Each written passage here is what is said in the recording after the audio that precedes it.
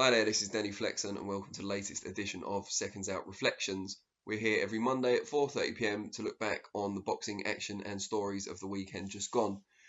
And while there was apparently, I say apparently because I haven't seen it, an incredible card of action over the weekend from Mexico, featuring some of the lighter weights in particular, I'm going to use that as a kind of springboard to talk about the wider issue and something that a lot of UK fans have complained about on social media recently, and that's the difficulty in watching top international action, boxing action on UK TV as it stands.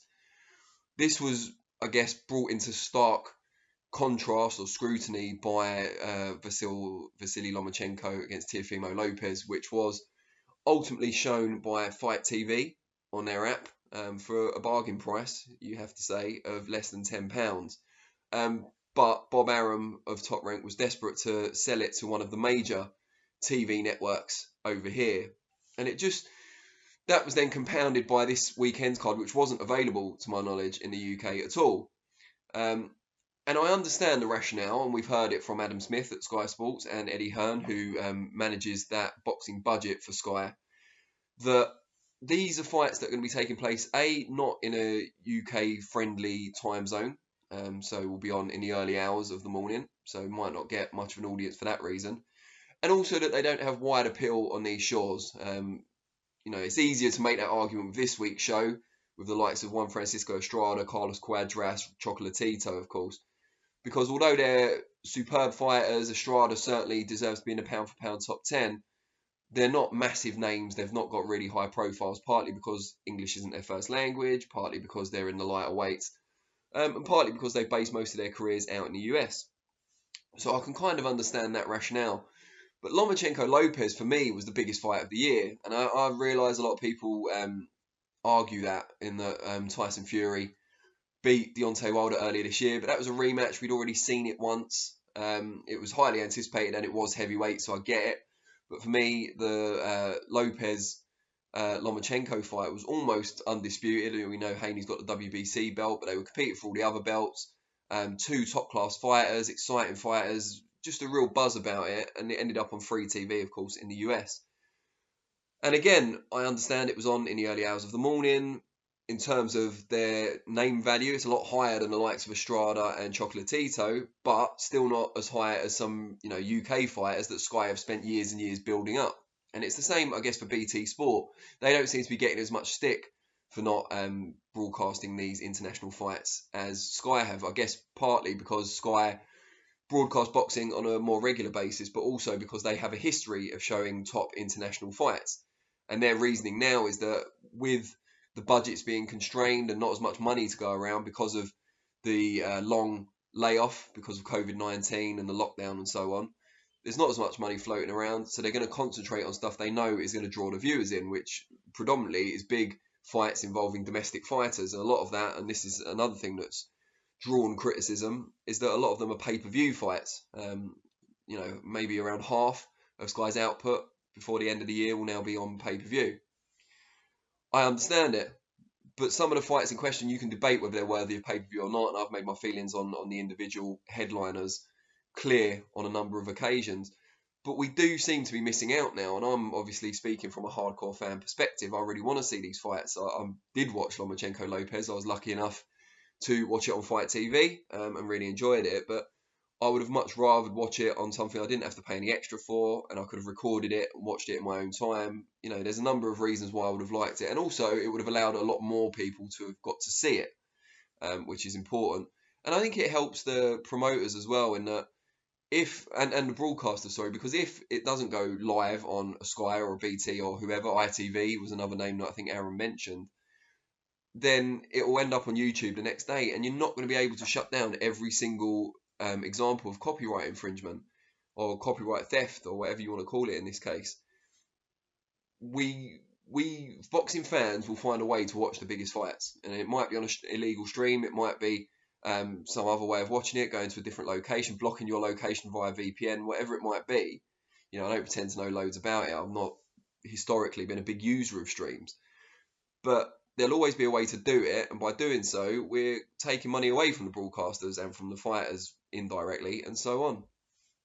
So is there a way around it? I'm not sure, because if the Sky Sports model is to focus predominantly on domestic fights and on pay-per-view, and they don't want to take these international fights, I kind of get it.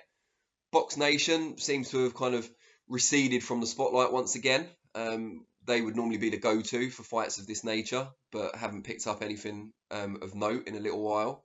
So we can't really rely on them. But is this then a huge opportunity for BT Sport? I kind of think it is. Because, yeah, you're not going to get massive events that are going to attract loads and loads of new subscribers, but you might become the channel that's synonymous with boxing in a way that Sky Sports have been for years and years.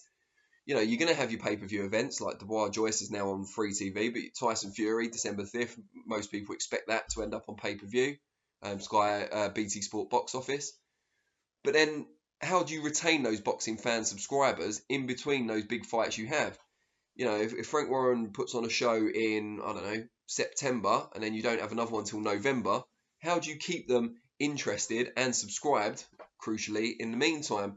And I think a regular dose of international fights, particularly if during this time they're available at cut price rates. I don't know what money was being asked for the last two shows that I've mentioned, but if they're not too expensive and it's a subscriber driver in terms of the boxing fans are cornering the market and just the brand awareness becoming that boxing channel in the way that Sky Sports have been for such a long time, I think that's kind of an opportunity for BT to gain competitive advantage in that sphere.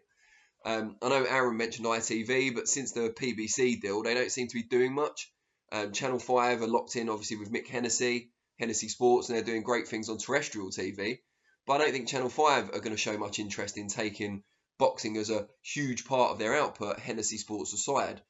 But BT Sports is a sports channel, or 3 channels, however many channels it is. They're sports only, so there's already a thing there. They're competing with Sky for, you know, TV, broadband customers. They're all targeting the same people. So this is just one small way they can gain an advantage and use that boxing demographic to their advantage. And I think, I can't imagine, Lomachenko Lopez is a different thing because it's a massive fight, but I can't imagine the likes of the Estrada card, you know, them asking for a huge amount of money.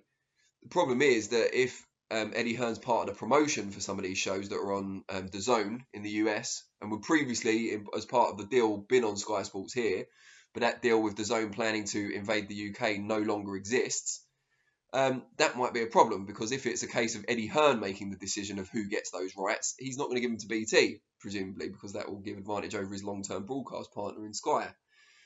But some of the other shows that are on DAZN and on other things like ESPN, and some of the DAZN shows are obviously Golden Boy shows and they're not all Matchroom.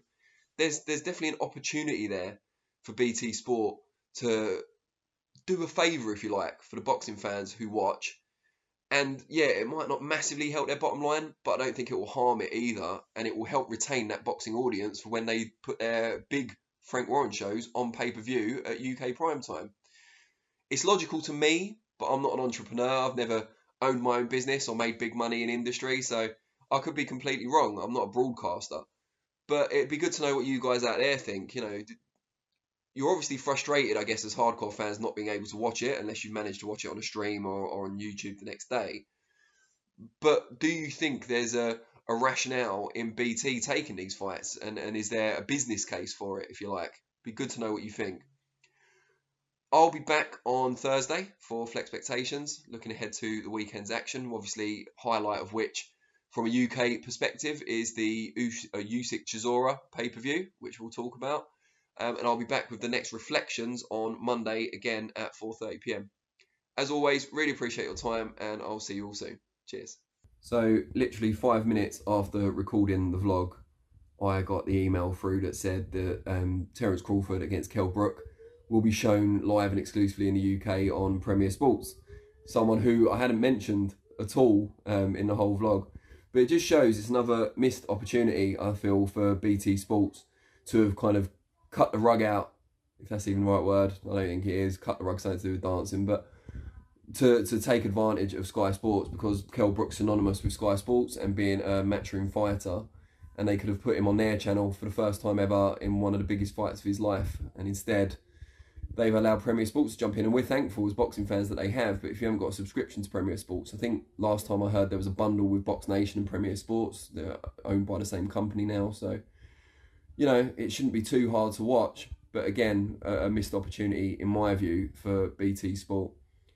Again, I'll be back Thursday for Flexpectations, Monday for Reflections. But I just thought I better add this before we put the vlog live. Cheers.